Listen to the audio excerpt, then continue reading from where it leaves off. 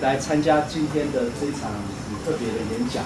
那我想我们大家都知道，房子这个照理来讲，食衣住医疗教育本来就是一个人活下来该有的一些基本条件。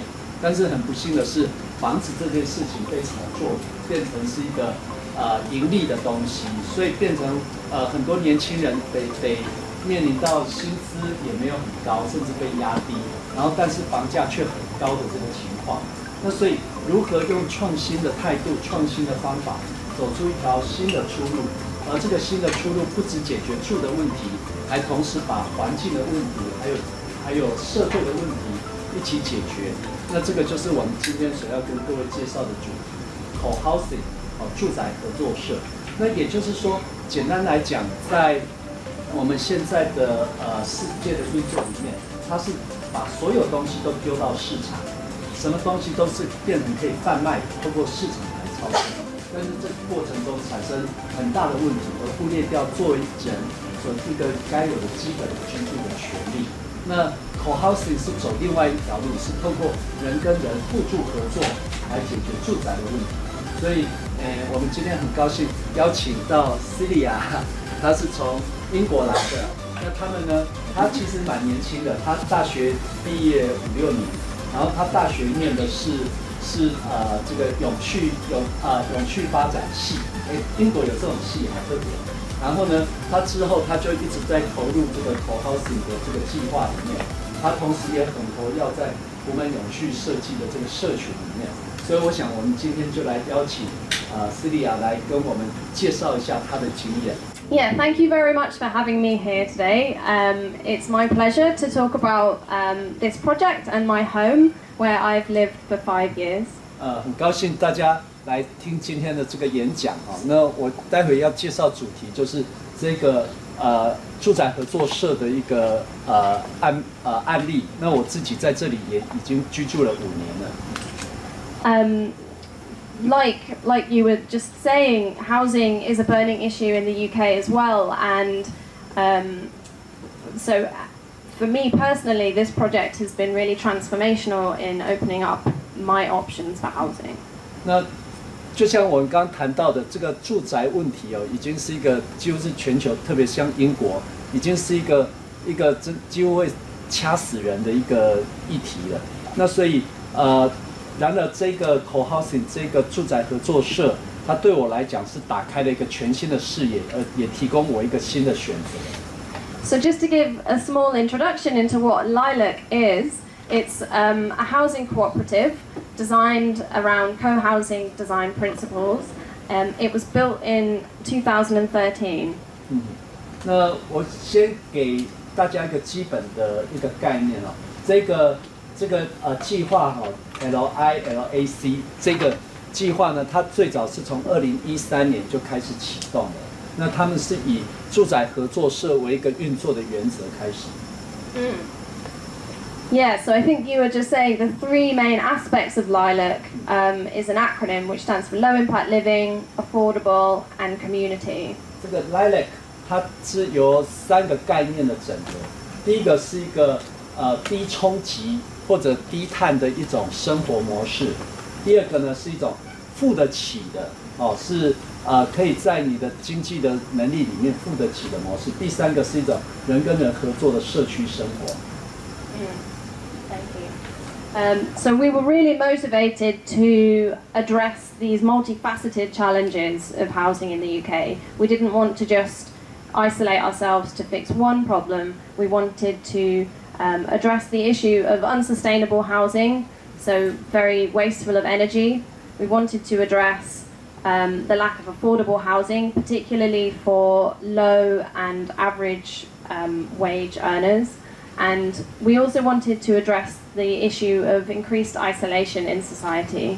他们做这件事情呢，其实并不只想一次解决一个问题，他们是希望它是多功能的，一次就把社会上的这个社群的问题、经济的问题，还有环境的问题，统统一起解决。他们希望提供一种低耗能的一种舒适的一种生活环境，同时呢，他们针对在英国这种中低收入的人，能够提供一个比较好的一个能够有一个居住的权利，那以及希望人们不是把门关起来，左邻不认识右舍这样子一个很孤立的生活方式，而是人跟人充分连结的这种社群的生活方式。So just to point out the location, Lilac is based in the city of Leeds, which is in the centre of the UK.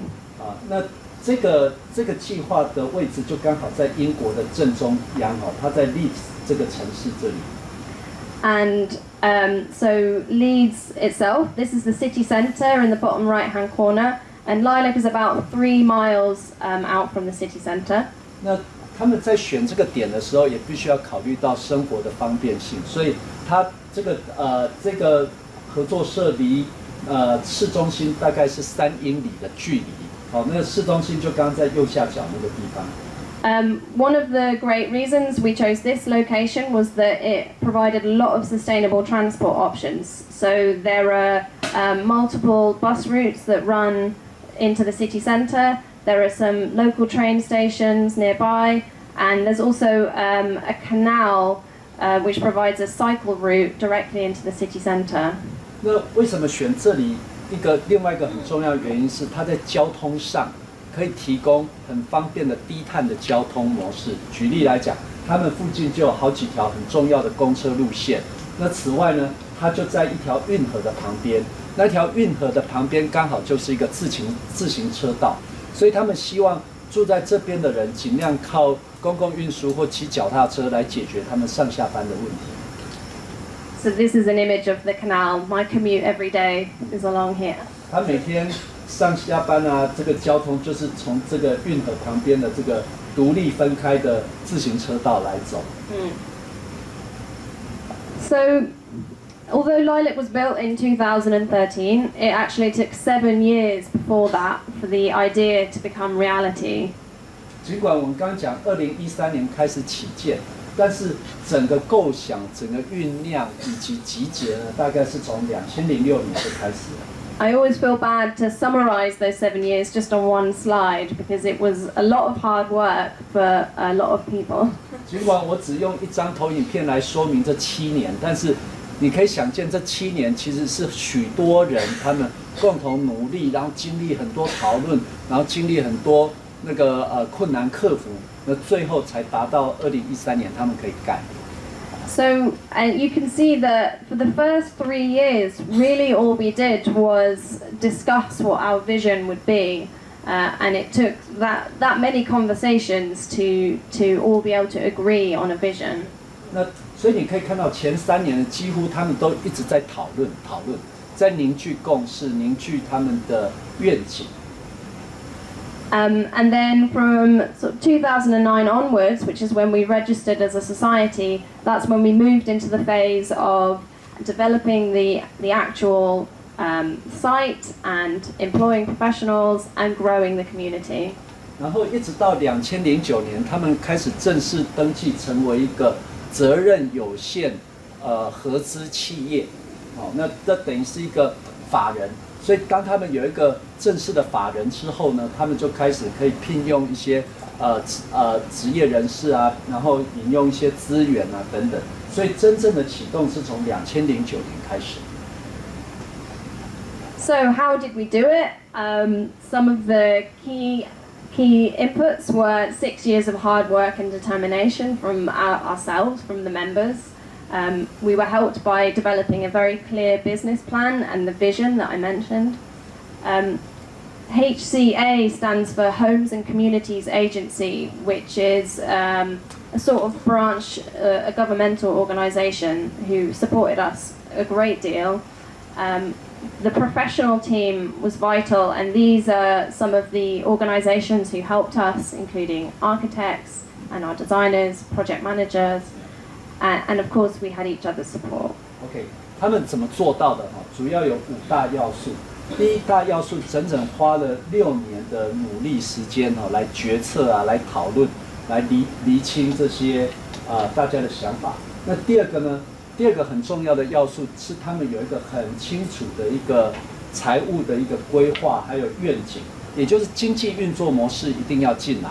好，那第3个是有在地的住房与住宅部门的政府部门的一个支持，然后第4个是有会有那个专家的团队进来协助。比方说右手边你可以看到有一些公司或者有一些组织、有一些团体来提供他们在这过程中所需要的一些专业支持。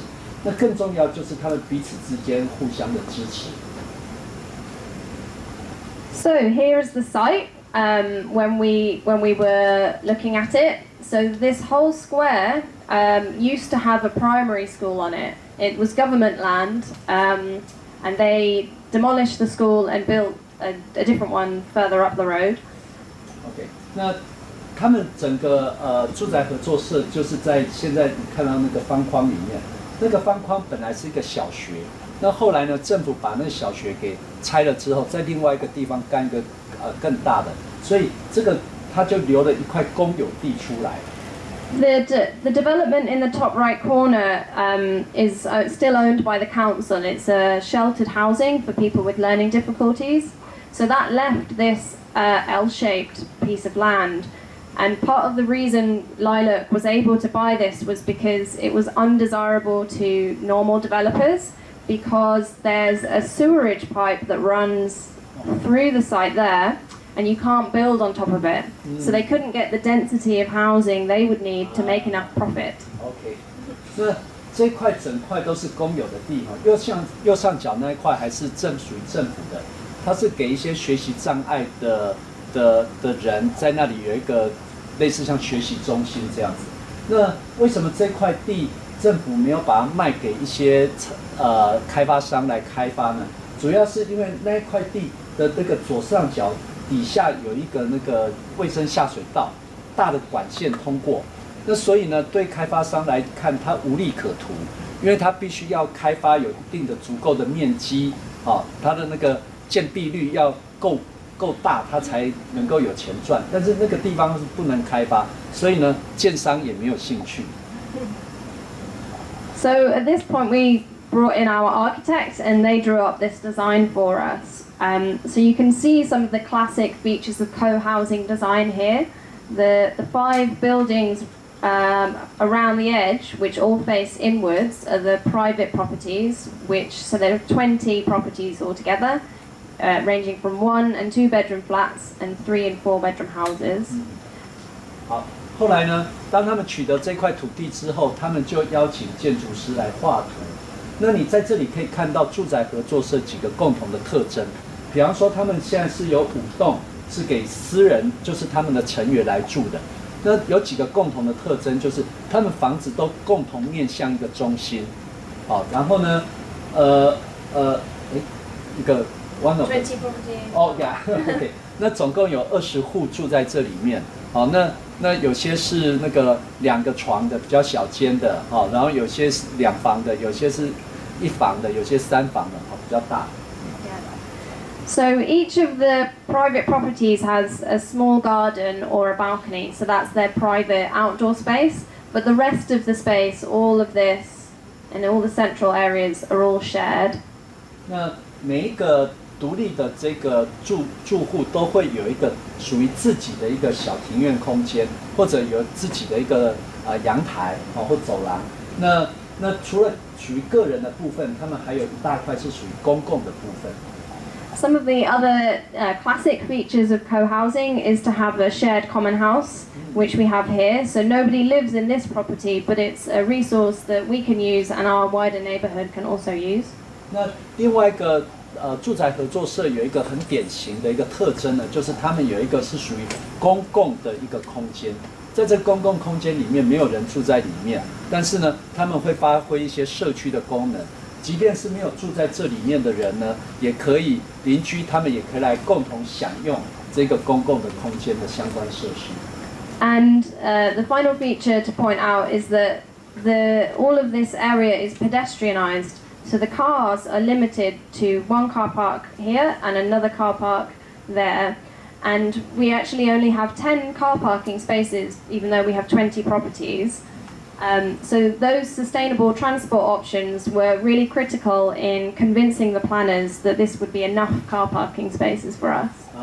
OK， 所以不像一般我们盖的房子都希望一户一个车位，在这里呢，他们即便他们有20户，但是他们只放10个停车位，而且都把它分散在旁边，目的呢就是要大家共同来过一个低碳的生活，鼓励大家用共乘啊或骑脚踏车这样子。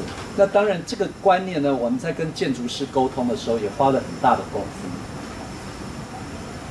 So this is another perspective on lilac, and I like to show this diagram because one of our members actually made this when, in order to help us design where to plant the new trees for the site.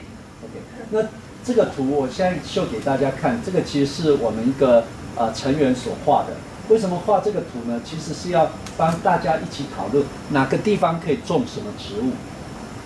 And we also use it to demonstrate how lilac uses different design principles on the site.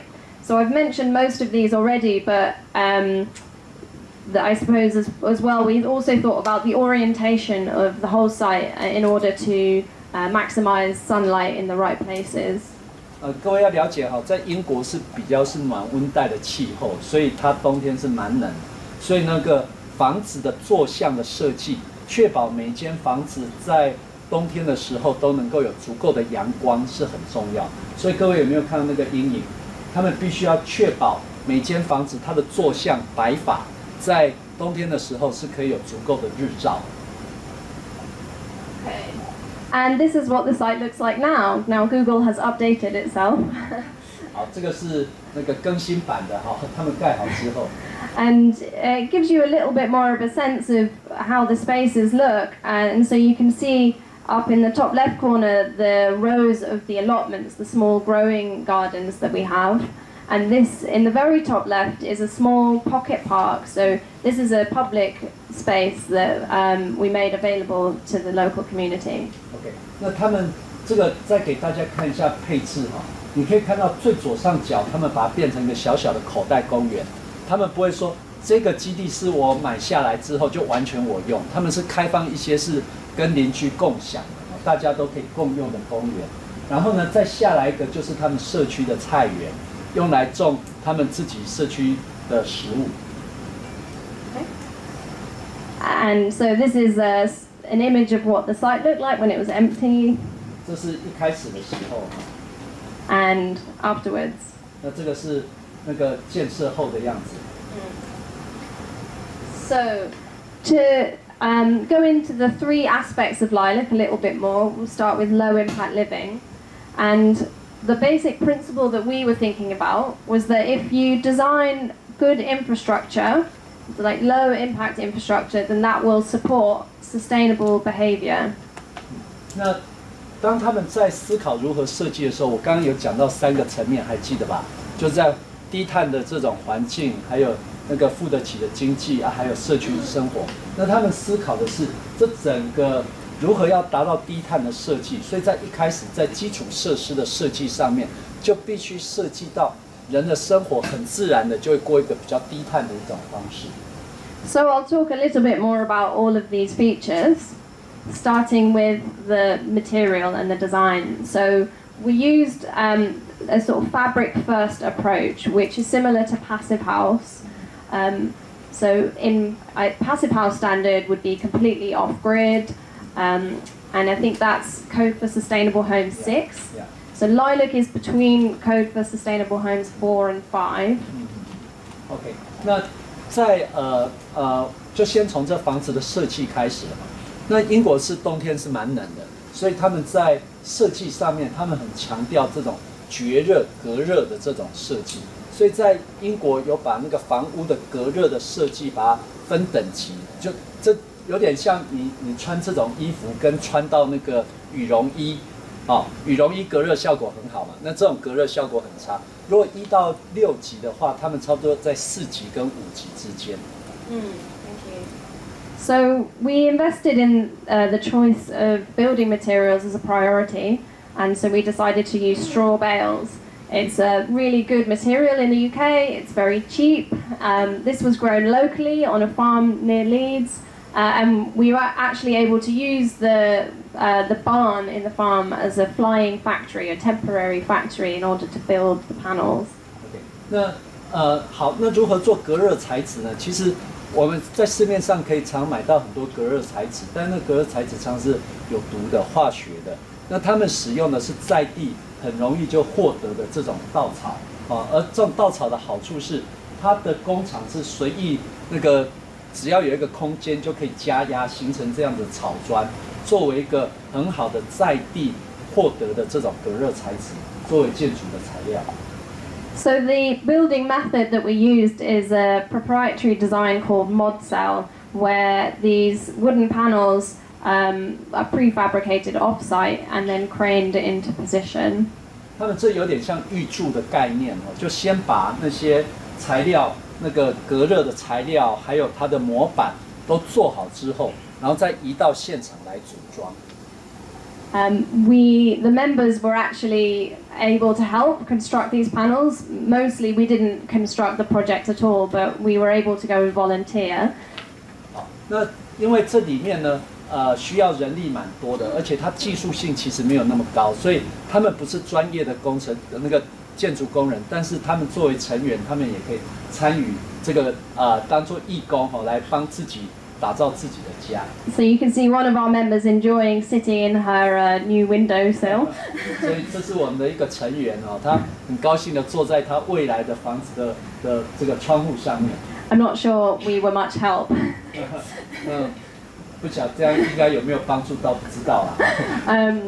But so you can see how the bales are stacked up, and when you get to 6 layers, a forklift truck presses them down, and a 7th layer is put in, and then when it springs up, it's really airtight. 那所以他们会这样把它叠了6层之后，然后再加压，然后再7层，让它有足够的密实度。This is another one of our members then trimming the bales to tidy them up. 那这个是另外一个成员把凸出来、长出来的部分把它修剪，像剪头发一样。And then this is another one of our members helping to spray the walls with the lime render, a breathable surface. 那最后呢，他们会洗压给洗压给他们是用那种可以呼吸的以石灰为主的一个材质，让它还是可以透气的。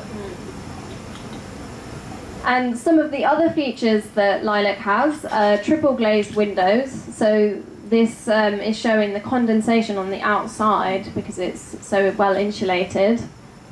那此外，他们窗户呢是用那种3层的窗户，那借由这样子产生比较好的隔热的效果，而且它也不会，因为常常有时候我们天气冷，有没有？我们玻璃都会结霜，因为它温度很低结露啦因为我们外面温度很低，里面比较热，但是它借由这样3层的话，它就产生一个很好的隔热效果，就不会在里面好像会那种流眼泪这样子，而且也避免你的热气流出去。The electricity on the site, we have solar panels on all of the properties and also on the common house. And the extra money that is made when we sell back excess energy to the grid helps to pay to run the common house. 那他们每间私有的房子的屋顶，再加上那个公有住宅的公有的财产的屋顶，他们都有太阳能。那当他们太阳能的产生的电高过于他们需求的时候，他们就卖给电力公司，然后这个钱呢，回过头来支持他们整个计划。The houses also have solar thermal for their hot water. However, we weren't able to do that for the flats, partly because there wasn't space and partly because we couldn't afford to do everything that we wanted to do. 那他们除了发电之外，他们还有太阳能类似像热水的这个供应，但是这个比例没有占很重，因为他们其实没办法一次把所有东西都做到位。And then finally, because we're so well insulated and airtight, we need to have a ventilation system. So this is our MVHR, or mechanical ventilation and heat recovery system, which sits above the cooker hood. And it's a great way to keep the airflow, but to retain the heat inside. The only learning I would say is that this was a new product and we have had some problems with it. So in terms of using technology for a new build, sometimes it's better to use established technologies rather than very new technology. So it's not really working very well? Well, they don't make this design anymore. So when we need to replace it, we will have to rethink where to put the units. OK， 那这个是另外一个比较他们系统中属于高科技的部分，因为这种房子很讲究它的气密性，因为外面空气很冷嘛，所以我们都要把它封好，热气才不会跑出去。但是你一旦房子的气密性很好，你里面的通风就很重要，所以它这种有那种热通风系统，等于是内部产生一种循环，你才不会那个又整个闷住。但是这个系统他们在运作上其实觉得不是那么好用，后来他们开始就会思考说，当我们在使用一种高科技来解决问题的时候，它的优先顺序应该放在哪里？其实应该有时候是先从最基本、最基础的科技把它做好，再来使用这种高科技。This is particularly important because we manage everything ourselves, so we need to know how to fix things. 对，因为呢，基本上他们完全都是自己来维护管理，所以你用一些很低科技的东西，那我们就很容易维护管理它。但是里面又如果要液晶面板，要这个微电脑控制来弄来弄去，对他们来讲，自己维护的考验就会大很多。So another really important aspect to consider in the low impact design of Lilac was the landscaping. So this shows that we have a central pond, and this is a key part of the water management system. So we collect excess rainwater in these water butts, and then when they overflow, they go into the pond. And then when this gets too high, it flows into the main system, but on a trickle flow. So it slows the runoff at every stage. So that rainwater barrel is only for gardening or for toilet flushing? It's just for gardening. We wanted to do grey water, but in the urban area we weren't able to do it. We didn't have enough space. Okay, so you are still using city water Yes. for flushing? Yeah. 那这个系统你可以看到那个屋顶的雨水，它们收集起来会先流到旁边有一个雨铺满水桶里面，然后他们再用那个雨铺满的水来浇灌，满的出来的水呢会流到中间的一个生态池，而这个生态池满了之后呢，他们会透过一种入渗，然后迂回流动的方式，最后才流到一个主要的排水系统里面。那借由这样子来维持他们的雨水利用，以及让他们的水呢不会一下就排走，造成别人淹水。And of course, we considered the planting as really important. So we planted 50 new trees across the site and 100 new species of lots of different plants. And we tried to keep a good balance between wildlife-friendly plants and lots of edibles, so fruit trees and nut trees and herbs, etc. 好，那很多仆们东西就进来。好，这个基础设计好之后呢，他们开始要引进植物，他们就引进了很多各种不同的当地的这种植物，然后可以看的、可以吃的，还有果树，然后那将近有100种不同的这种植物，也要考虑到它是湿生的还是干性的等等，好，然后来把这个植物的系统建立起来。So as I mentioned earlier, we have some allotments in the top left-hand corner, and so we actually have 25 allotments, but only 20 properties. So the 5 extra our neighbours in the wider community use. OK， 那我刚刚有讲社区的菜园，那社区的菜园呢，他们把它分成大概25，我们叫一溪一溪，一块块这样想啊，一块块田地。那他们把它切割成25块田这个菜园呢，那但是我们刚刚讲他们不是20户吗？所以多出来的5户怎么办？他们就分享给邻居，让邻居也能够来种菜。And the actual plots are quite small. They're a lot smaller than standard allotments in the UK, but for a small family, you could get a lot of your basic vegetables from it. 那尽管我们讲那个一块地跟跟那种英国的那种农耕来讲，实在是小到不行。但是呢，这样一块地对维持一个家庭，让它有足够的一些生菜沙拉或者足够的一些蔬菜来讲，这样是很够的。So we also have a communal composting system. 我们也有我们社区的堆肥系统。Which we had to reinforce because we had a little bit of a problem with rats. 当然要再重新规划设计处理过，因为我们开始有些老鼠的问题。That was a learning point. 对我们来讲也是一个学习。We also have a shared laundry, so none of the properties have washing machines. We share 5 machines across the 20 properties, and we buy the laundry powder and liquid all together. 那各位可以看到，那这时候他们就不用家家户户都一台洗衣机，那他们可以用共同的洗衣机，那这样家家户户就可以节省空间，所以他们总共社区这是公用的洗衣间哦，总共有5台洗衣机在里面，然后有公用的这个洗洁剂哦，然后就公用来使用。Sometimes things go wrong. 有时候总是会出状况。But the great thing about this is that we have 4 other machines that we can use, and one of your neighbors will come and fix the broken machine. 那因为大家是一种互助的哈，至少5台机器1台出问题，还有4台可以用，然后就会有邻居来帮忙把那个出问题的把它维修好。One of the other resources we have is a shared workshop. So this picture was taken very early on, and everybody just took all their tools and threw them inside the workshop. So it looks very messy and dangerous, but we have tidied it since then.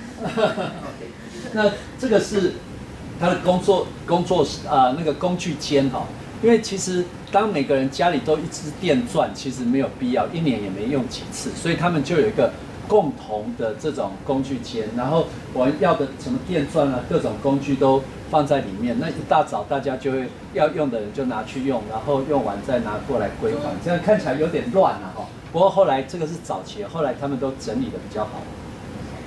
And then finally, this is our common house. So you can see that the design is different to the normal houses, which was a deliberate choice. It's not made from straw bales, but it's very well insulated. And some of the features that it has is a shared kitchen and big dining room, a big multi-purpose room for meetings, an office, and a guest room. 好，那这个公有的房子哈，你可以看到它建筑就跟其他比较不一样。它里面有什么？里面有一个很大的餐厅，还有厨房，大家可以在那一起共食。然后还有一个多功能的一个可以聚会、可以开会讨论的空间。然后还有客房。所以有客人来的时候也可以住这里。There are also 2 more guest rooms in each of the blocks of flats. So overall there are 3, and anybody can book those when they need them. 所以总共他们有3间客房哦。那所以任何人，如果你有亲戚朋友要来的话，你就可以事先登记哦，你就不用家家户户准备一个客房，搞到后来都变储藏室这样。But it's interesting that both the guest rooms and the common house are a little bit smaller than we ideally would have liked, but it demonstrates another time when we had to balance affordability with our dream vision. 那实际上这个公有的建筑跟客房数比我们预期的还小，因为他们必须在针对这种低收入的、中低收入的人来规划，所以他们必须要在他们的经费以及在一个理想中间去找到一个平衡。One of the great things about doing things together is that you can implement things that you wouldn't be able to do on your own. So one example was when we had the opportunity to buy an electric car charging point together. OK， 那另外一个，大家住在一起来共同过一个节能的或低碳生活，其实有很多好处。有些事情你自己一个人做不到，但是大家一起居住就可以。比方说，他们想要买一个电动车的充电的那个设备，如果对一个自己一个中低收入的人来讲，那个设备就很贵。但是当他们整个社区一起来买的话，这个就可以做得到。There's also lots of informal sharing and reuse of unwanted items like clothes or books. 而且既然大家住在一起，很多东西就可以共享，可以分享，所以你有这个多出来的不要的，或者别人还可以再用的哈，那个感恩牌产品哈，都可以在这里一起分享这样。We also try to support the local economy, so we get bread deliveries every week from a local bread making cooperative, and people in the wider neighbourhood collect their bread from us as well. We have veg box deliveries, and this Lembas is an ethical wholesaler, so instead of going to the supermarket to buy essential items, people can make orders with this wholesaler and they will deliver to Lilac.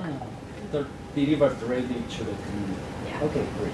那当一群人聚集在一起之后呢，就可以进行合作社跟合作社或者友善团体之间的合作。比方说呢，他们买面包呢，都跟在地的一个面包生产劳动合作社合作，所以每个礼拜呢，这个面包合作社就会送面包到他们那边来，然后他们呢也会跟一些在种有机蔬菜的这个合作社合作，或者是当地一些很有良心的一些这个零售商跟他们合作，他们直接把我们要的东西送过来。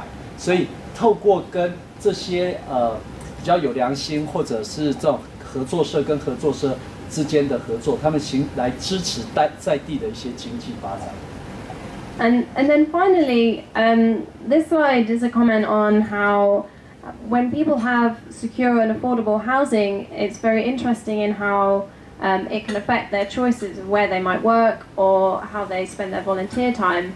And so we've observed that more increasing numbers of people in Lilac have either decided to reduce their hours of work, go part-time, or to start working for a charity or non-profit organizations and are doing more volunteer work. And some people have quit their jobs together and have started new businesses. OK， 好，其实现在人的一个很大的不安全感是来自于住房，就是说，但是当他们这个地方人在这里住房是一个稳定的、是安全的，他们就可以花更多的时间来做一些，比方说一些志工的工作，或参与一些在地的一些慈善或服务的团体。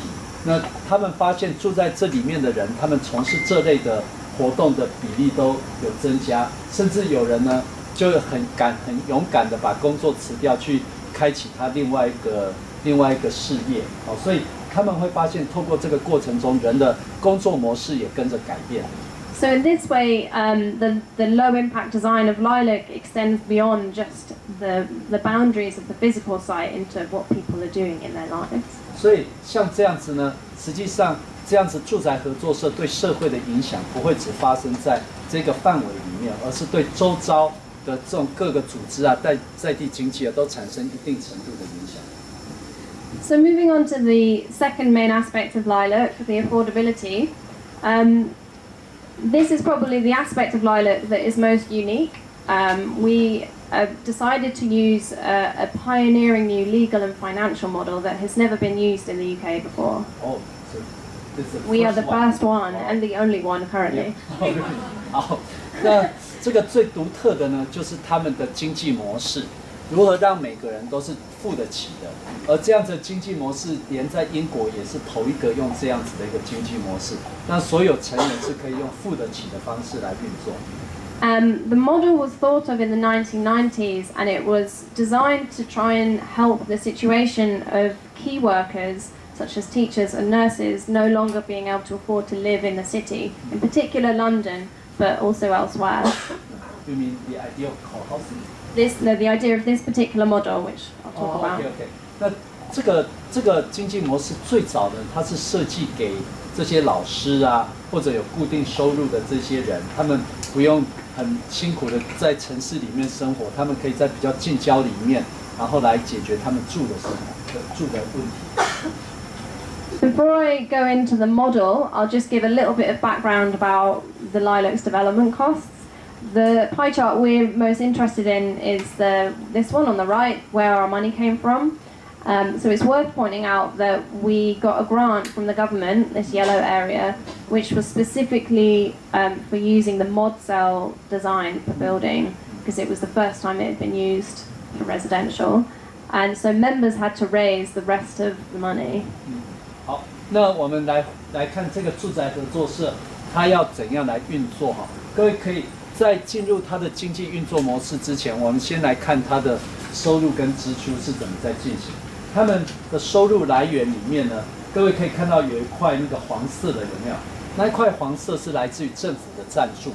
政府的赞助的部分呢，主要是针对他们的那个建筑是用这种环保隔热的这个部分，那政府来赞助他们使用这种建材方式。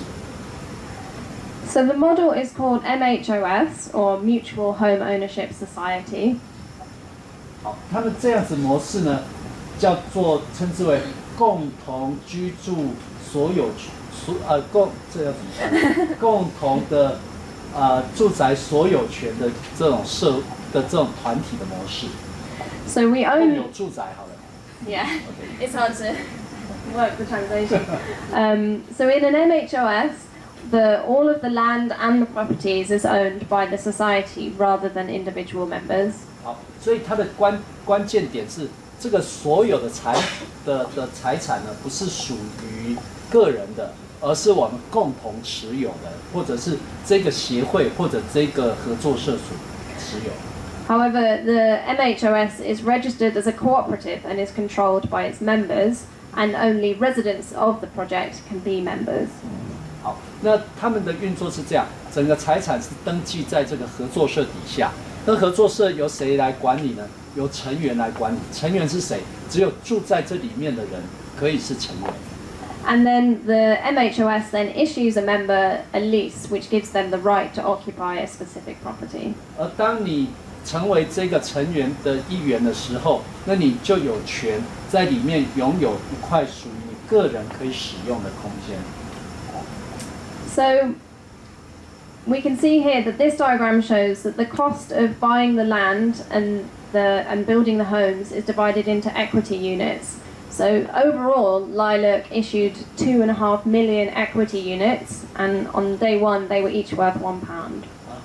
OK， 那所以他们就要那如何募集资金？除了刚刚政府所提供的资金之外，接下来他们就必须得募集资金，对不对？那募集资金怎么来呢？他们就把这整个分成他们的股份。好，那所以他们总共分成2.5 million。Yeah. OK， 250万股，250万股。那每股是1英镑。好，所以他们总资产启动的资产就是250万英镑。So you can see that each home was allocated a proportion of equity units, which was based both on the house size and also the income of the householders. OK， 好，那你有看到这个它总共有20户嘛，所以它的股份就要切成20份，但是有大有小，对不对？这大小是怎么分呢？大小是根据你可以使用的空间的大小以及你的个人的收入来决定的。So members pay in money to the society to pay for their equity units, and one of the first principles that makes Lilac more affordable is that when they leave, they take the money with them, but we don't value the money to the housing market. We link the value to national average wages and the inflation. So those initial equity units were worth £1, and 5 years later, now they're worth £1 and 2p, which is very, very small change. OK. It means the wage didn't change. The wages stayed the same. They went down a bit, and then house price. Yeah, exactly.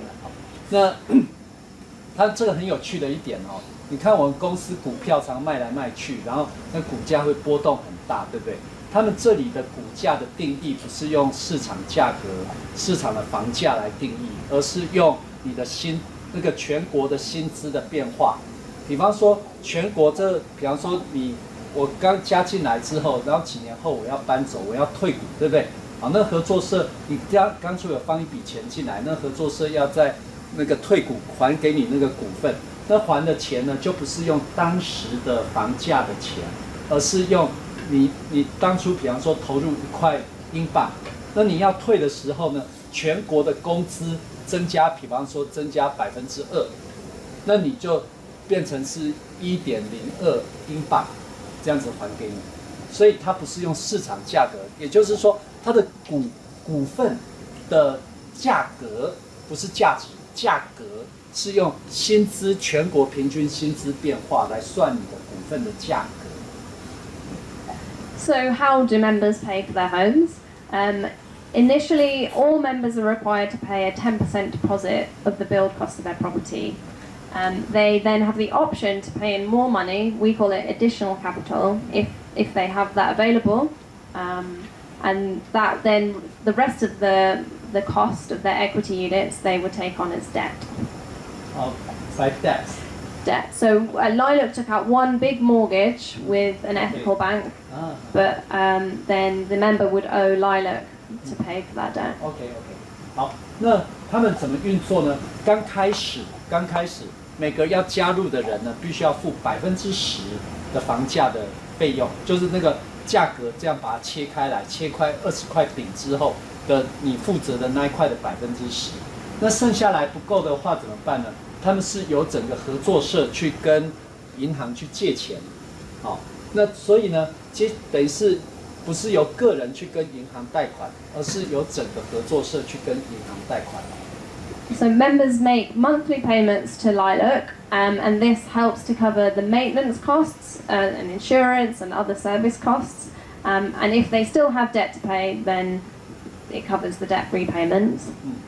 好，那之后呢，每个月你这个成员呢都要付一笔钱，好，那付笔钱呢，你付这笔钱用来支付整体的维护啊、管理啊等等，还有包括一部分钱用来还这个当初跟银行借的这笔钱。And so a second way that Lilac tries to be affordable is instead of having a fixed rent amount, people pay the proportion of their income. So if you have debt remaining, then you pay 35% of your income. But if you've paid off all of your equity units, then you just pay 10% of your income. 哦，好 ，OK， 那也就是说每个月，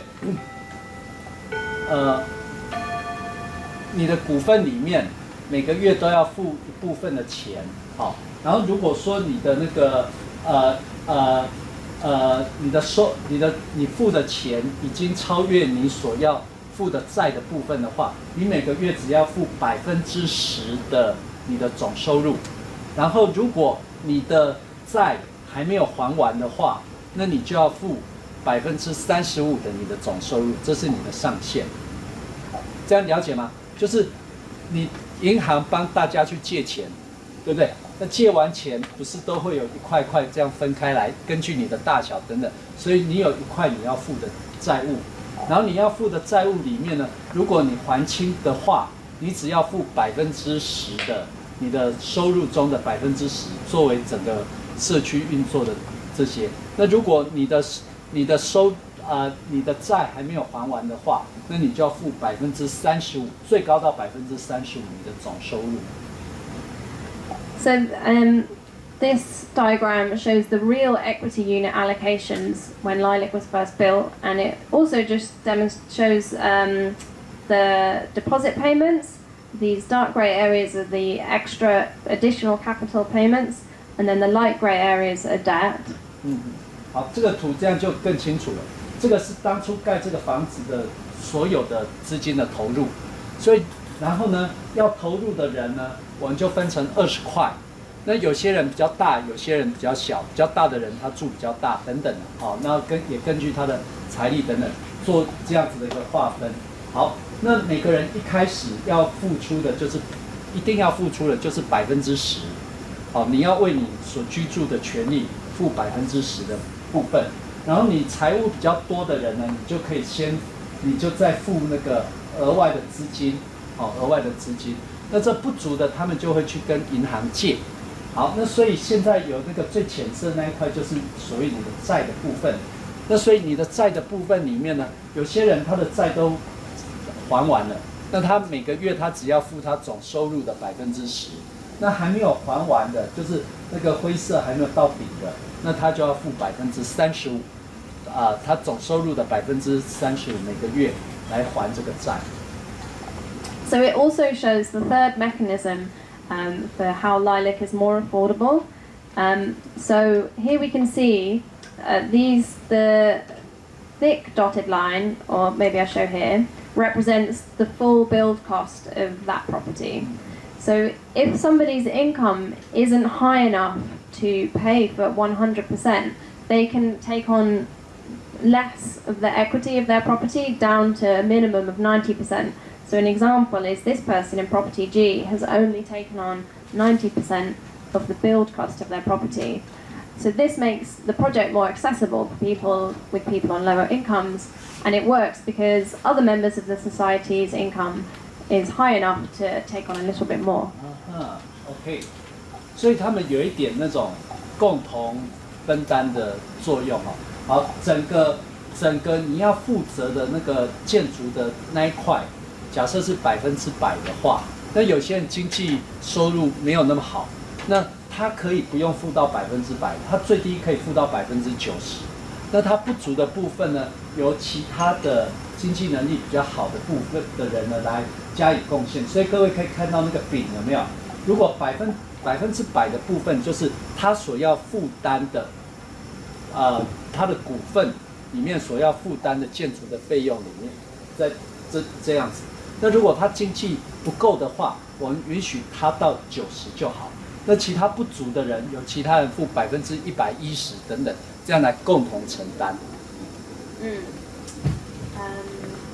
Okay. So this diagram shows how LILAC works in lots of different scenarios. So I won't talk through the whole diagram because it is a little bit complicated, but what it shows is that even though the model can be quite complicated, it gives us a lot of flexibility. So for example, if people's income drops dramatically, there are lots of things we can do before we need to ask them to leave. OK， 所以这个很有趣。当一群人住在一起的时候，他们就可以形成一种很特别的网络关系。那他们 ，if you like to， 那这个其实很复杂哦。他们因为难免嘛，在资本主义社会，有时候有人会突然失业，或者有人突然他薪水就变很低等等。但是呢，他们在让他没办法在这里面居住之前，他们还有很多很有弹性的缓冲的方式，让他可以持续的在这个组织里面这个合作社里面继续待下来。Okay. And so finally, moving on to the third aspect of LILAC, the community aspect. So what we began with, as I mentioned earlier, is the shared vision, and it took us 3 years to develop this, and we still hold pretty much the same vision, but it's a living document. So we constantly, or every year or so, go back and revise it and make sure that it still represents how we feel. 好，接下来我们再讲这个住宅合作社的第3个重要层面，就是社群关系或社区关系的这个部分。那我一开始说过，他们整整花了3年的时间在凝聚这个愿景，而这个愿景呢，它也不是一个死的，它是一个动态的。每年呢，他们都会不断的来复习，来不断的调整他们的共同的愿景。And we also developed a set of shared values, which again we refer to regularly, and to help us inform how we should approach situations. 然后他们也去发展他们共同的一些价值，在这过程中，他们彼此互相珍惜，去发展他们彼此的一种价值感。So when we registered in 2009 as an organisation, the first thing that we developed were our rules, and our secretary at the time drew this diagram to help members understand what the rules were saying. 当他们2009年开始成立他们合作社组织之后，既然是人嘛，就要彼此之间的规则，所以这个是他们讨论的结果。然后他们秘书呢，将他们讨论的结果用这个图呢把它画下来，帮助每个人能够记住。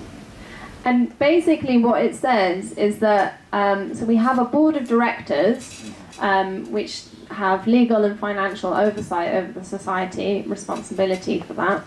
but the board of directors are less powerful than the general meetings, which are the meetings of all members. 他们有一点，他们这个组织这个系统如何运作呢？他们有一个理事会，理事会，而这个理事会尽管它看起来位高权重，但是真正最大的责任权力呢是在他们全体的，有点像全体的成员大会里面。We registered as a cooperative, so our rules reflect the 7 cooperative principles throughout. 那因为他们登记成为一个合作社，所以他们必须要遵循合作社的7大原则。So the next major legal document we created was the lease, which contains much more detail about the finance model, and so where the rules describe how the society governs itself, the lease describes the relationship between the member and the society and the obligations of both parties. 那这个法规的建立也是很重要。他们除了刚刚讲的，他们人跟人之间的这种规则之外，那人呢跟这个协会组织之间的关系，他们有点类似像这种租约的方式在签署，然后在这里面呢，把你居住在这里的权利、义务等等，做一个文件化的一种方式，把它呈现。So the lease is a fixed legal document. We refer to it regularly to remind us how to do things, but when it doesn't go into enough detail, we create community agreements to guide us in how to do things. 尽管这个租约里面把居住在这里的权利、义务等等做了一个明确的一个定义，但是在真实生活中常常还是不够，所以在不够的部分呢，他们就会用这个社区的共识来解决这个问题。In the UK, these community agreements might normally be called secondary rules, but we prefer the term community agreements to reflect the fact that we've collectively come up with the ideas and we've all agreed to them. 那在这个社区的共识里面，一般它的这个决策的位阶是比较低于刚刚讲的法律的位阶，但是实际上它又有一个更重要的一个社群连结的关系，所以我们也非常珍惜这个社区的共同的决议。And examples of things that we have community agreements on include housing allocation, conflict resolution, we have an ethics agreement, an agreement around food, and also agreement around visitors. 所以他们这些社区的决定就会谈论到更细节，比方说关于访客的决议食物怎么分配还有如果说我们住户之间有什么冲突的时候怎么解决等等，那这些事情都是在社区共识的过程中去达成的。So the way we organize the work in Lilac is that all of the main themes of work are divided into task teams. So we have a task team for finance, for maintenance, for landscaping, and for membership. So we have quite a few task teams. 好，那他们整个维护的一个管理的一个架构呢，他们有一个最核心的一个组织，然后这个核心呢，他们把它分成好几个领域，比方说财务的部分，还有维护管理的部分、景观的部分、实务的部分，他们把整个住宅合作社涉及到的相关的业务呢，就做了这样子的一个分工。And we organize them using the hub and spoke model. So the hub in the center is actually the board of directors, but we prefer the word hub. And it's made up of representatives from all of the task teams. Members are required to be on at least one task team, but no more than 2. So it's a way to keep everybody connected, but without giving anybody too much power. 那这个核心的部分其实就是他们的理事会，理事会作为这个维护管理这个社区合作住宅合作社的一个核心。那他们呢底下分成你可以讲工作组好了，有维护管理的，有财务的，有会员管理的，有商务的等等等等这些。那每一个成员呢你规定一定要至少担任其中一组的工作，但是不要超过2组，因为当你超过2组的时候，你可能太多权力就会集中在你身上。所以呢，他们每个人就至少要担任一组，而也借由这样子，让每一个社区的住宅合作社成员都跟这个组织有密切的联系。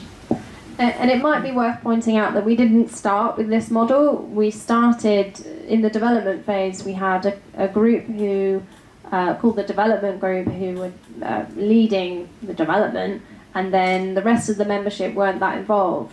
And it got to the point where the development group felt like they were overworked and holding all the responsibility, and the rest of the membership felt left out. So we brought in a facilitator who helped us change to this model. Oh, yeah. So you invite a facilitator to help you to solve this kind of... Yeah, a facilitator from ICA actually, which I know are based in Taiwan. So. 所以他们也很会利用专家哈，因为有时候你的那个工作啊，有时候分配会不均。比方说，我今天我在做园艺的，哇，这个季节我拼命都要做什么啊？有些人好像看起来很轻松。所以如何之间做一个合理的一个分配规划，那在人跟人之间做一个协调，那他们还会找外面的那个叫引导师来协助他们做一些讨论调整。好，那这个其实很关键，很多组织会毁掉，就是在劳役分配不均的时候就产生冲突，所以他们很聪明的引用引导师来协助他们解决这些问题。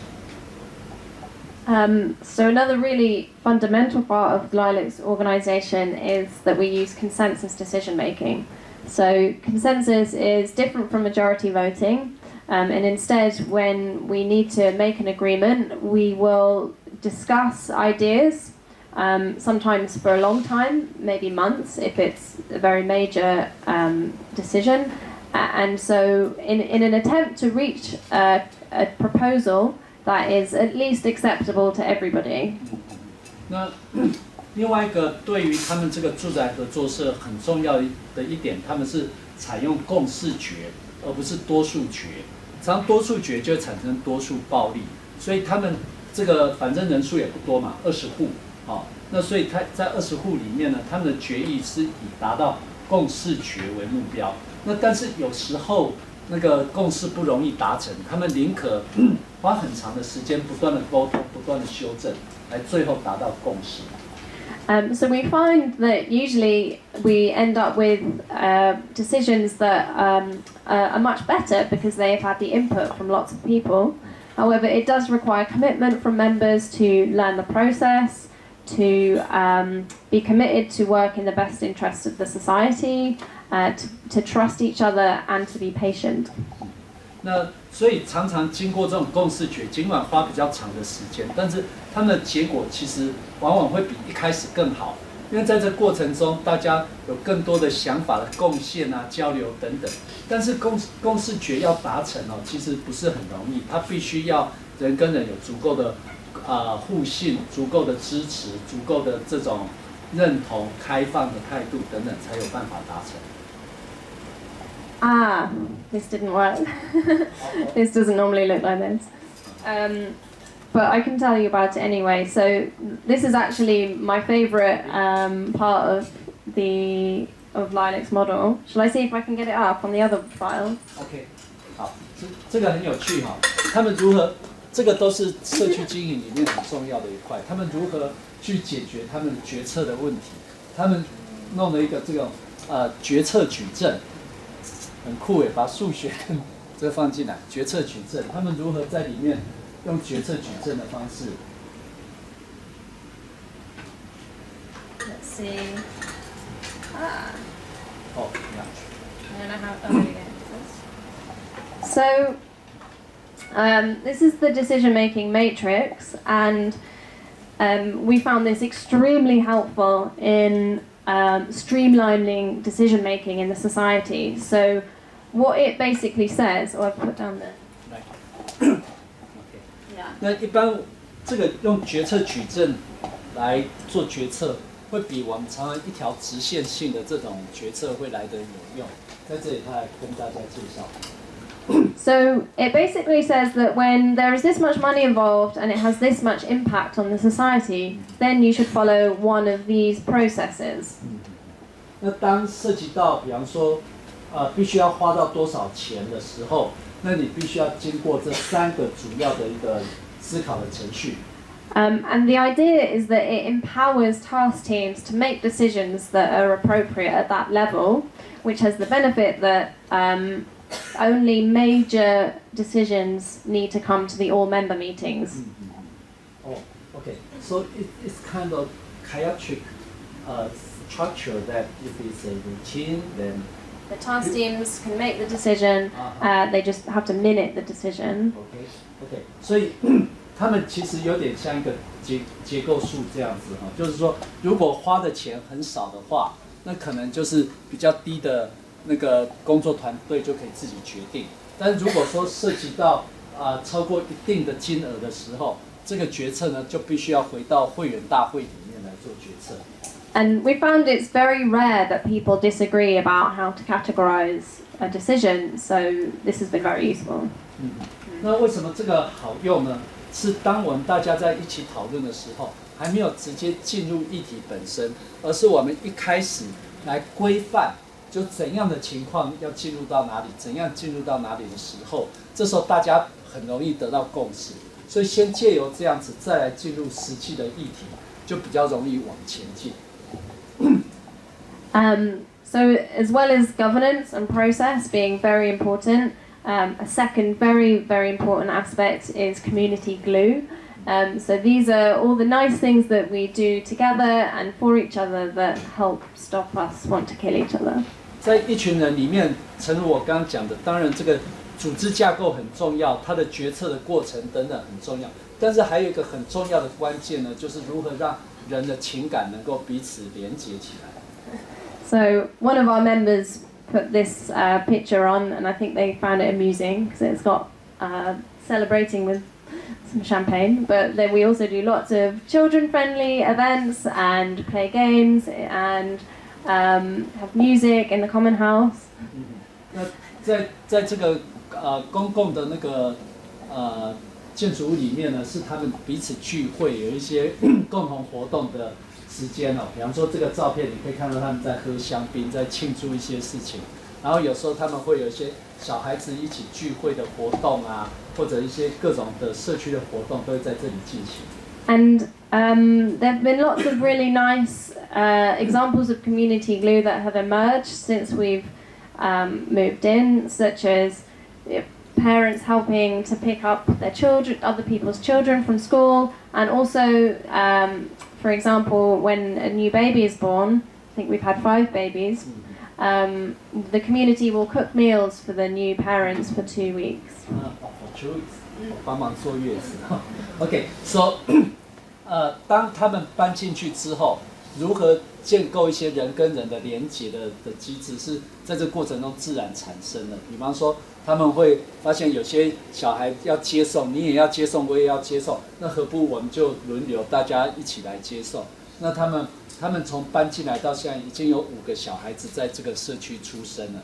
那所以，比方说那个妈妈那个生小孩，那我们社区居民呢就轮流帮他坐月子哈，至少2个礼拜，他都只要负责休息喂奶就好，其他人会帮他煮饭照顾这样子。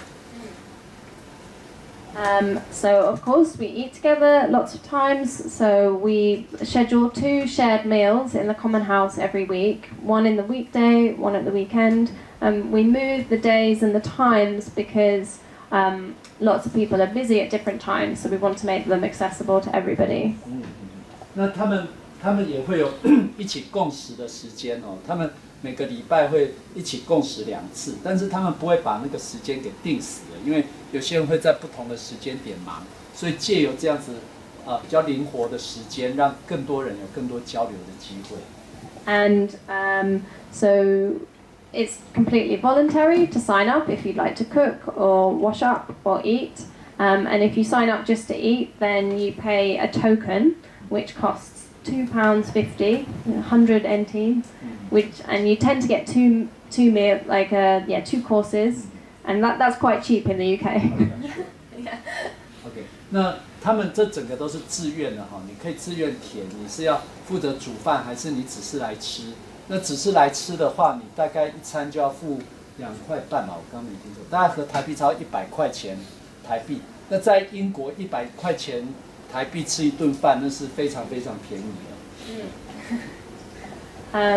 Another really great method for building community is to design things together. So during the development phase, we were designing lots of things, and we had access to the gardens before we got access to the buildings. So we were doing lots of landscaping, and so yeah, we've been just doing lots of designing together, and it's really nice to involve the children as well in the designs. 那透过这种参与式的设计也是一个很好凝聚大家的情感还有意见的一个过程这个过程中，很多地方其实需要设计，包括他们菜园的设计啦，等等很多的这些设计，而且很重要，他们让小孩子也参与设计，所以在这个过程中，他们人跟人就更凝结，而且是具有更有共识的一种设计方式。And then, of course, the next stage is to actually do things together to construct the work. So we have regular landscape work days during the year, and we've just started scheduling more work days. So not just on the landscaping, but maybe on maintenance as well, because we find when we get together to do the work, we enjoy it a lot more. Maybe we have a meal at the end, and it's much more celebratory rather than people feeling like, oh, I have to do this work on my own. 这比自己一个人做事情舒服多了他们那个社区里面总是有很多事情要做，所以他们一年里面呢就会定好一个时间，这个时间大家把工作放下，我们一起为这个合作社做一些事，比方说不管是做景观的、园艺的或什么。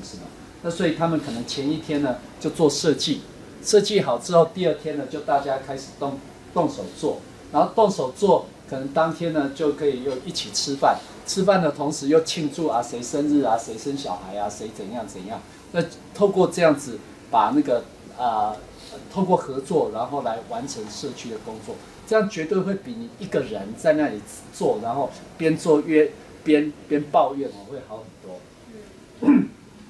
And then finally, so I'd say good governance and good community glue are really important. And the third really critical part of building community is good communication skills. So early on, Lilac invested in these skills by getting some training in facilitation and also non-violent communication. And we do still try to practice things like active listening, but I think we probably feel like we've forgotten to do some of this more recently. So it's definitely a skill that we need to keep practicing and maybe get more training in. Wow. Yeah. 这太重要了，因为很多社区垮就垮在这个地方那因为人大家是一起住在这里，都是人跟人沟通，但人跟人沟通需不需要学习？其实要。如何好好聆听人家讲话，然后如何你讲话的时候是不伤害别人的，所以像有发展很多这种非暴力沟通还有这种积极聆听还有这些引导讨论等等，这些都是在一个社群里面非常非常重要的技能。所以在另外一个很重要的一个要素呢，就是这种社区沟通的这些技能的培训。那所以他们从早期有引入那个引导师进来协助他们发展这个部分，那他们这个持续也有在找一些老师来教他们。那他说最近他们好像又忘记了又出现一些问题，所以看来又要开始再上一下这些课好。So finally, who actually lives at Lilac right now? So this isn't actually all of our members because it's quite hard to get everybody together at the same time. But we are currently 34 adult members and 14 children. 好，那到底这个住宅合作社 Lilac 是谁呢？他们现在总共有37个大人，14个小孩然后当然这个照片中不止这些人就是因为要把所有人聚在一起不容易。And so we have a really wide range of ages and professions. So I think our ages are from age 1 to 81. Races as well. Yeah, we aim to be as diverse as possible. We've got a few people from a few different nationalities who live in Lilac. OK， 那所以他们这成员里面呢的职业的背景、年龄的背景，甚至国籍或者是种族都有很多样的一个不一样的差别啊，多样性。And what we say in terms of who can live at Lilac is pretty much anyone. When we have a vacancy, the only criteria that we set are that you agree to our values and that you can afford to live in a specific property. 好，那万一有人要离开搬离要退出的时候，有空间可以出来，让其他人可以进来的时候，那哪些人可以进来呢？那他们的基本的条件，第一个就是你要能够珍惜他们的价值，第二个呢，你至少要有一个基本的收入是可以来付出你该付的那个部分。好，那这样子的人就可以进来。And that's it from me. I hope you have some questions and we can have a discussion. OK， 好，那他的介绍就已经介绍完了。我想各位在听完之后，一定会心中有很多想法或很多疑惑，或者那个问题哈。我建议大家不妨眼睛先闭下来哈，静思考一下。刚在整个过程中，你印象最深刻的是什么？好，你想一想。好，然后接下来就可以问问题，好不好？好来 ，Any question？ OK， 先你再他，好，哦好 ，OK。 Okay, thank you for your explanation, your sharing. I would like to know whether Lilac is a society organization or profit or what kind of organization? I mean, for the governance and administrative of the Lilac itself, how can you get the money? I mean, it's not like real estate, right? You got profit from the people who buy the residential or the flat. And how is the management system of the Lilac itself? And is that only one project you plan, or you want to plan to expand this idea to the other places? And then the next question is, because this is a community, like we have shared some spaces, for example, like the compost places and the other laundry or something like that.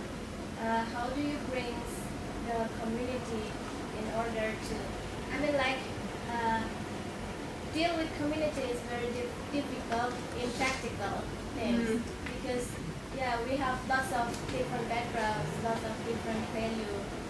How do you bring them together in order to deal with them? Because even in our, for example, in our dormitory, we need to do everything by ourselves as well, but it's not all of the people agree or would like to.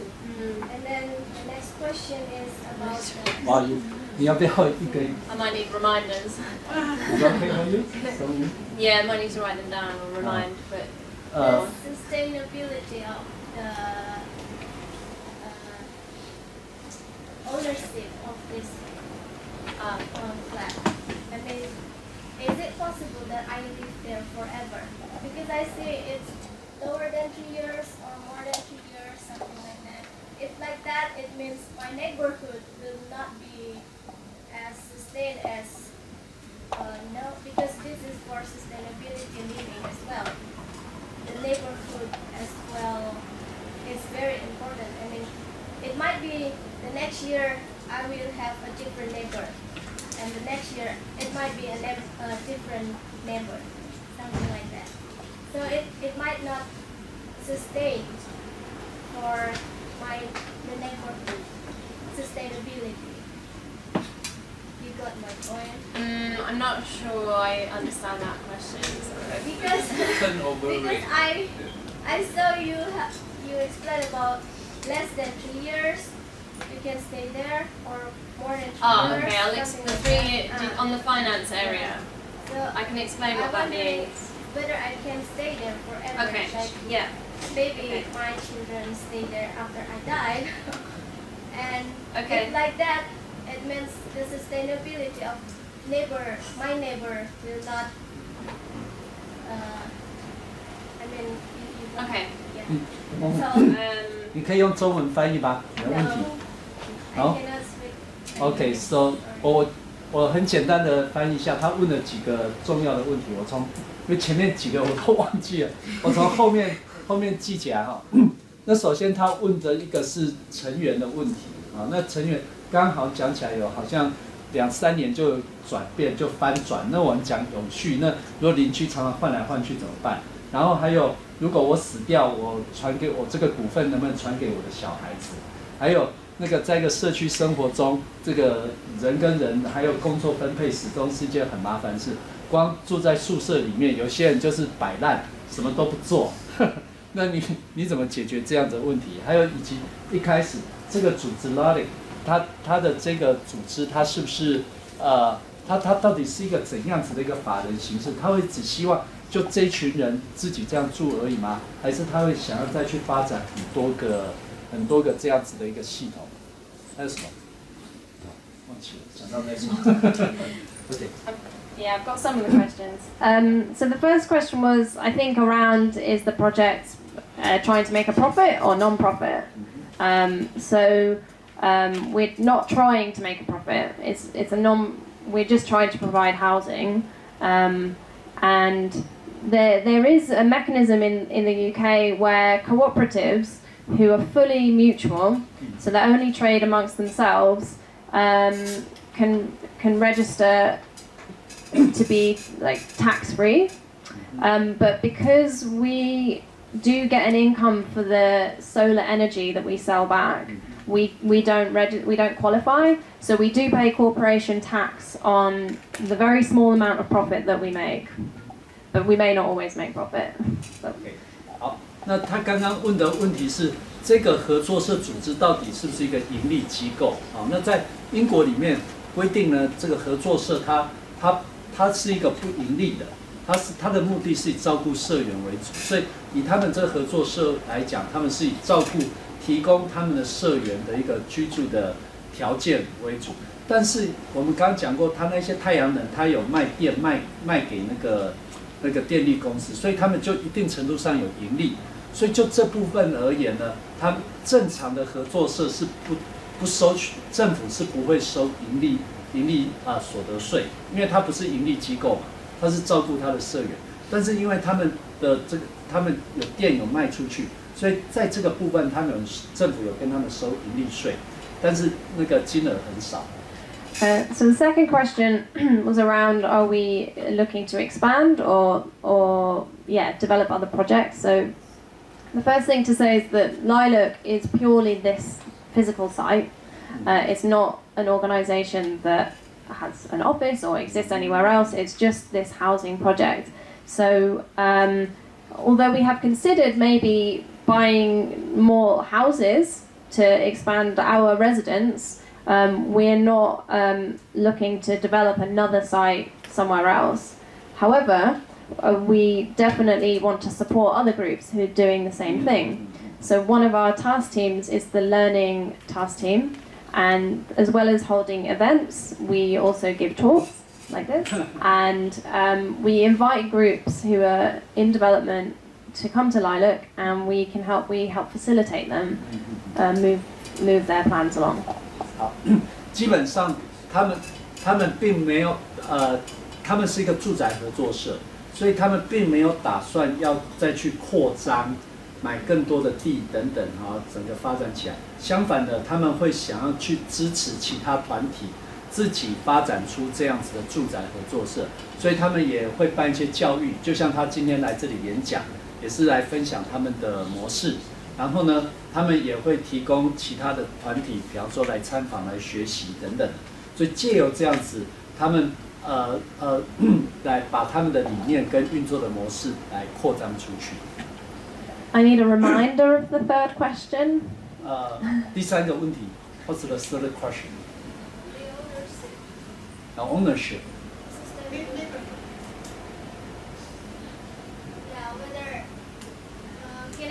there forever. Oh, I thought that was the fourth one. Okay. So, yes. When you're given a lease, the lease is 20 years long, and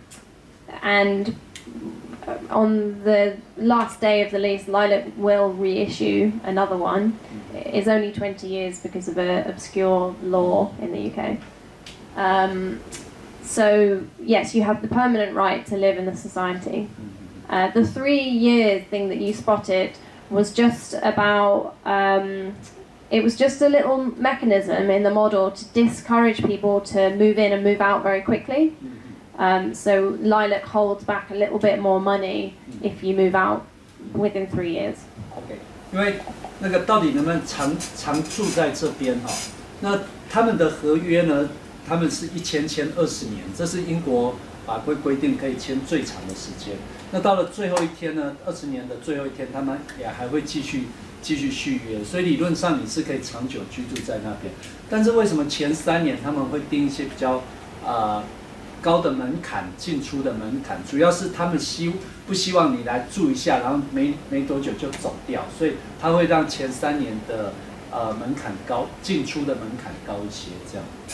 And I think you also mentioned children, and can children inherit the property? And the way it works in Lilac is that children can inherit the value of the equity units that you've paid, but they don't inherit the right to move in automatically.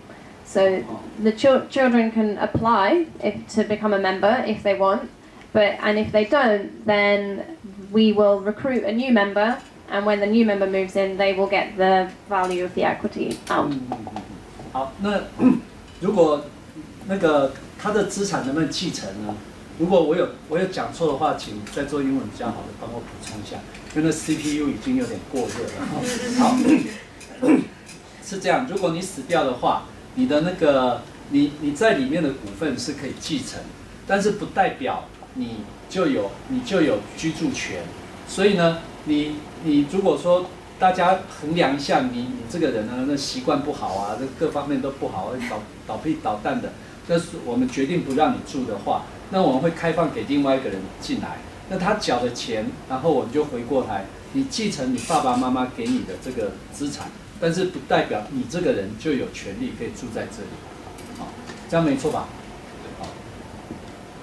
Were there any more questions? 还有呢 ？OK， 那旁边OK。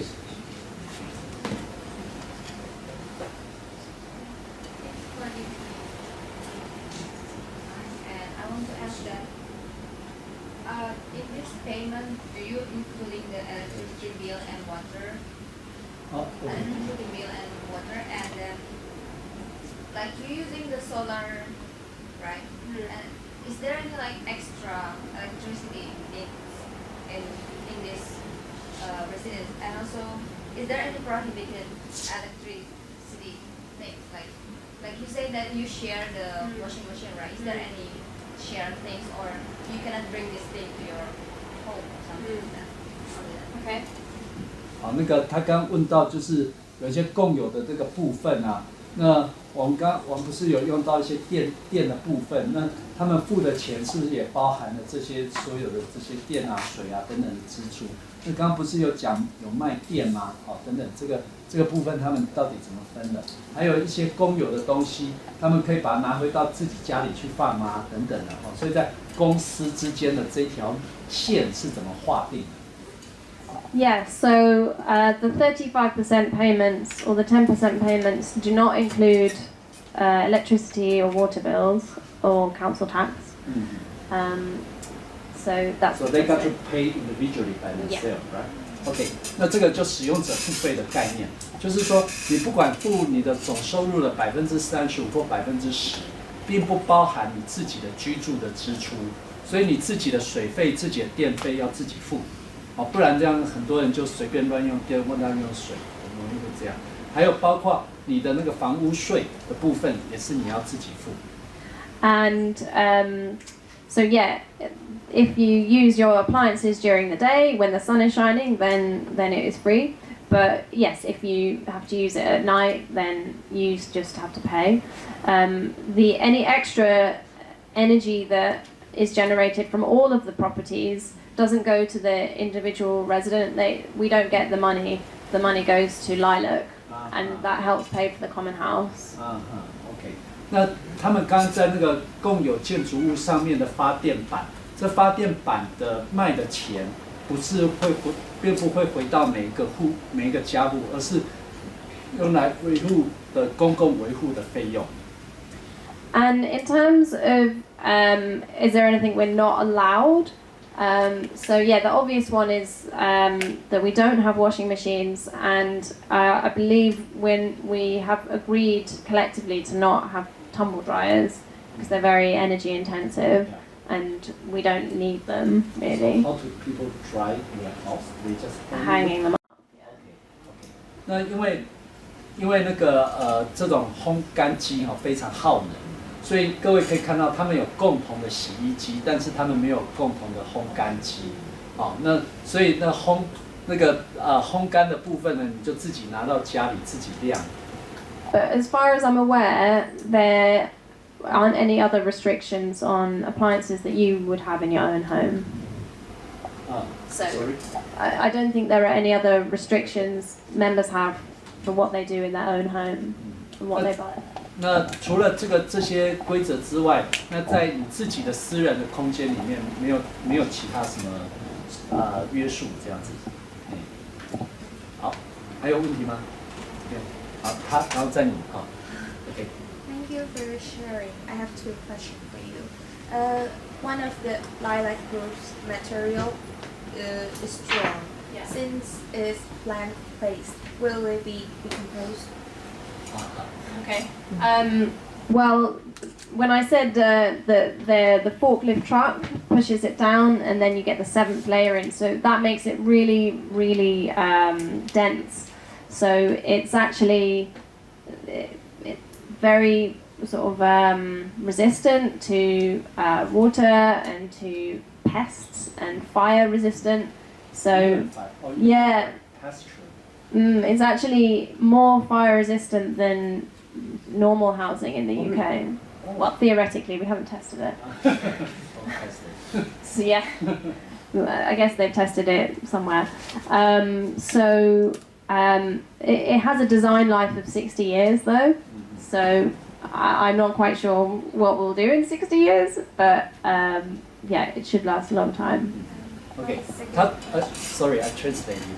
那他刚刚问的问题就是，你用那个稻草盖的那个房子，那个稻草会不会分解啊？如果我们稻草放在外面没多久就分解了，对不对？那他们做法是这样，他们做法是那个稻草会把它高压，把它压起来，让它很密实。而且要分解是要有一些条件，就是你要足够的湿度啦，还要碳氮比平衡嘛。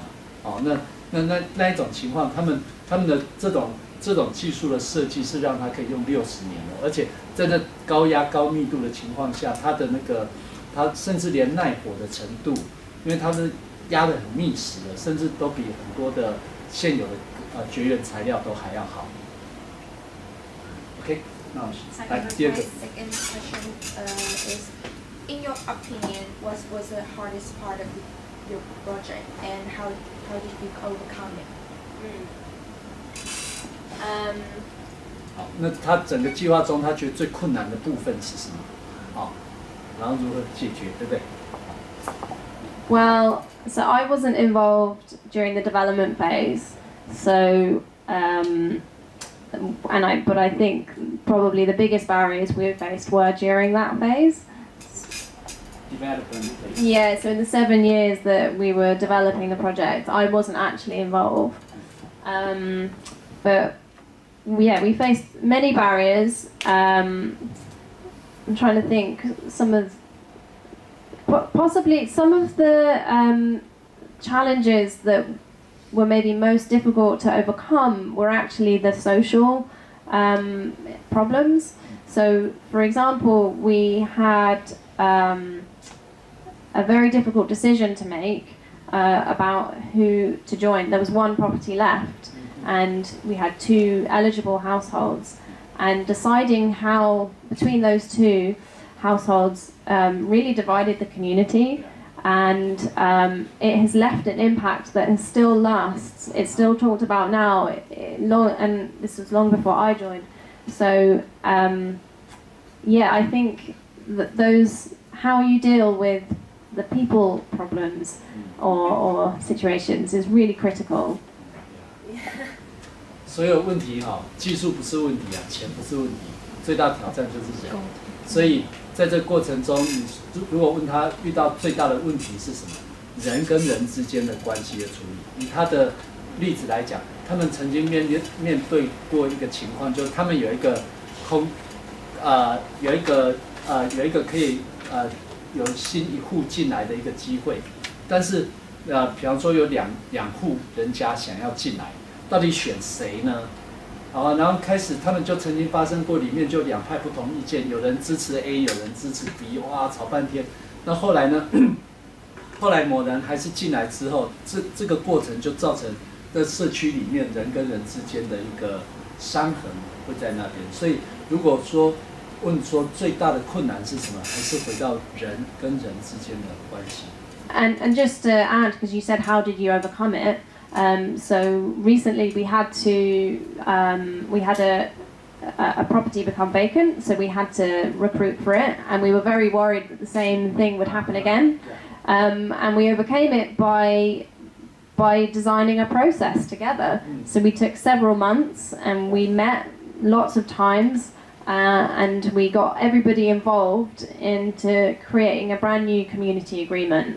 And then we had to test it immediately, which was a bit scary, but it went okay. 各位看他们很快就反省他们遇到问题。比方说，他们最近又有一个成员退出，又有一个机会可以进来。他们很怕类似的模式又再度发生，所以他们花了很长的时间，然后不断碰面讨论，然后去讨论出他们，而且是用大家一起参与设计的方式来设计出这个合约，还有这个合作的关系应该是怎样。然后他们在那个模拟去测试，然后去了解怎样才是更好的方式。那等于是借由把问题当作是一个大家一起面对的问题，一起来成长，来避免这样子的那个错误再次发生。It seems like a brilliant project, and I love it. And I want to ask, how can I be a member of the society, the library? To live there? Yeah, because many people have previous conviction, something like that. Maybe you have to check their what they do, what they did in the past years to check if they are really good to move in. 你会中文，你自己讲。我是想要问说，这个计划非常好，但是很多人都，比如说他们有犯罪前科还是什么，就是可能他们会想要看一下他们的生平是怎么样的状况，再让他们进去。有没有犯罪记录啊？对。Any criminal 会有 report？ 一些争议这样。The short answer is no, we don't ask for that. You just trust people. Yeah, so the process for recruiting a new member, it takes quite a long time. And it's very two-way, as well as somebody might apply to move in, but also they're evaluating whether they really want to live in Lilac. So we do an induction where we tell them really what it's really like. And then that's followed by, if they still want to apply, they do a short application form, and it doesn't ask about that. One thing we do ask is for a debt declaration form and a credit history, which wouldn't prevent somebody from moving in, but our finances are very transparent, so we need to know that first. And then, the rest of the process is about 2 months of getting to know each other. So we do lots of events, and really it's through those conversations that we try to get a bit deeper with people and find out what their background is. 所以新的成员的进来的过程中，他们希望把那个起跑跟助跑的时间把它给拉长。有一个2个月的时间让大家一方面也让这个申请者能够去适应，去仔细思考一下这样子的一个共同居住的价值是不是我要的，然后其他成员也来评估到底这样子的人是不是适合我们的这种居住的方式。那实际上他们在决定人能不能进来的时候，其实他们并没有一个很复杂表格，他们唯一要求的就是他的信用的情况，因为对他们来讲，他们的财务一切都是公开透明，所以为了你要进来的人，他们也要了解他的财务的情况是怎样，他不要说欠了一屁股债的人这样进来所以他们在这个部分，他们就会比较严格。OK， 好，还有没有问题？来，对，我用中文哈。对，他们刚开始建立这个社区的时候，是不是全部都向银行借贷，所以才后来他们这个 member 才付35%的这个借贷的钱？这是一个。第二个，假如说某一个住户他把这个他借贷的银行借贷的钱全部还完了以后，他以后搬出去，那么后来进来的人怎么办？那35%他还是不是要付？还是他要付那个35%？前面那个人已经付过了，他必须要付给前面那一个人，是这个问题。Okay, so he was asking that when we have like this equity share system here, and when one member pay off all his debts, Yes. and end up he move out and another newcomer come, and he would just accept he got to pay less debt. So there's no debt at all, right? So how much should he pay? This is a very insightful question. You can join our finance task team. 这是跟财务很有关的一个细部的问题欢迎你加入我们的财务组。Thank you. Yeah, you won't be glad when you do. So another actual feature of Lilac that I didn't mention of the finance model is that part of if your income is quite high, so if it can pay for more than the minimum you need for your property, then some of your payments goes into a reserve fund. We call it the Lilac Equity Fund, and it's just money that we're building up as a reserve. And the purpose of that reserve is basically that when we need to pay out a full payer, someone who's paid up all their equity, then we can use that money to let them go. And it means the new person can start on just 10% deposit. OK， 那他的这个设计这样很有意思就是说他们还有一个基金，所以如果你的收入是比较高的，你把你的部分都付完之后，那你甚至还可以有一笔钱放在那个基金里面。那这个基金的目的是，万一当你要走的时候，那个钱你是可以拿回来的，拿回来。所以下一个人进来的时候，他就不用从35%开始，他就从10%开始，这样子。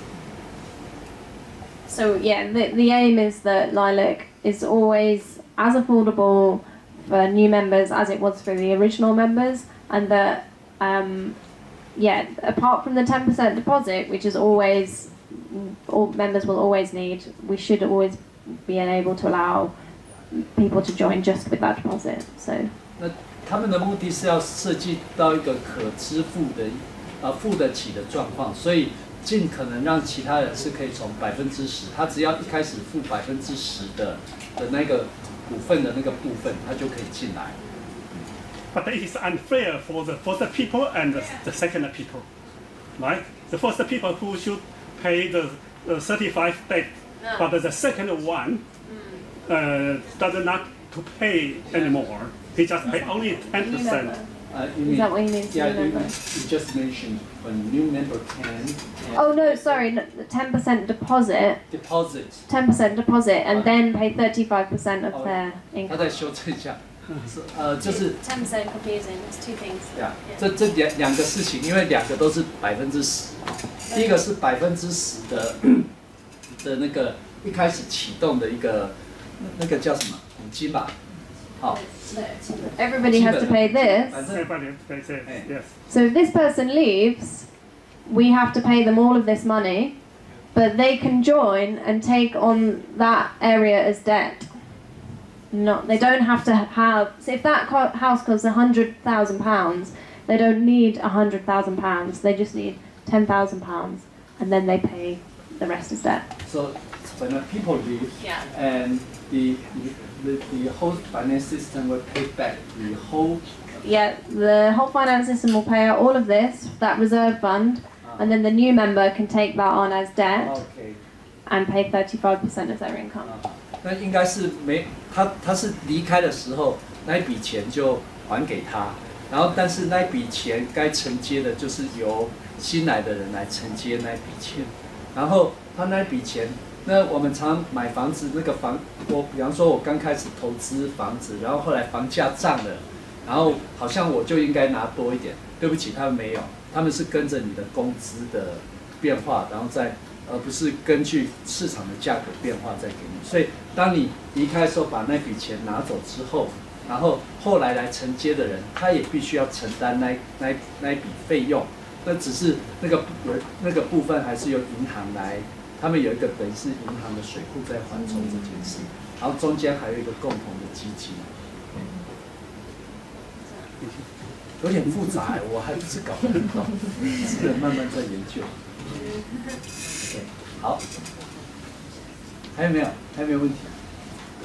好 ，OK， 好。